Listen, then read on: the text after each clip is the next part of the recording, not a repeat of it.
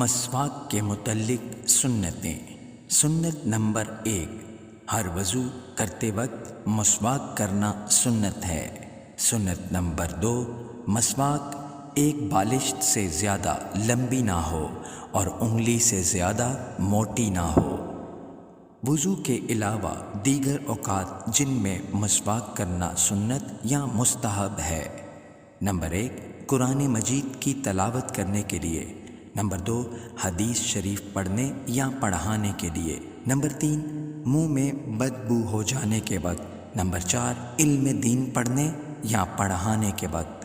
Number 5، ذکر الہی سے پہلے۔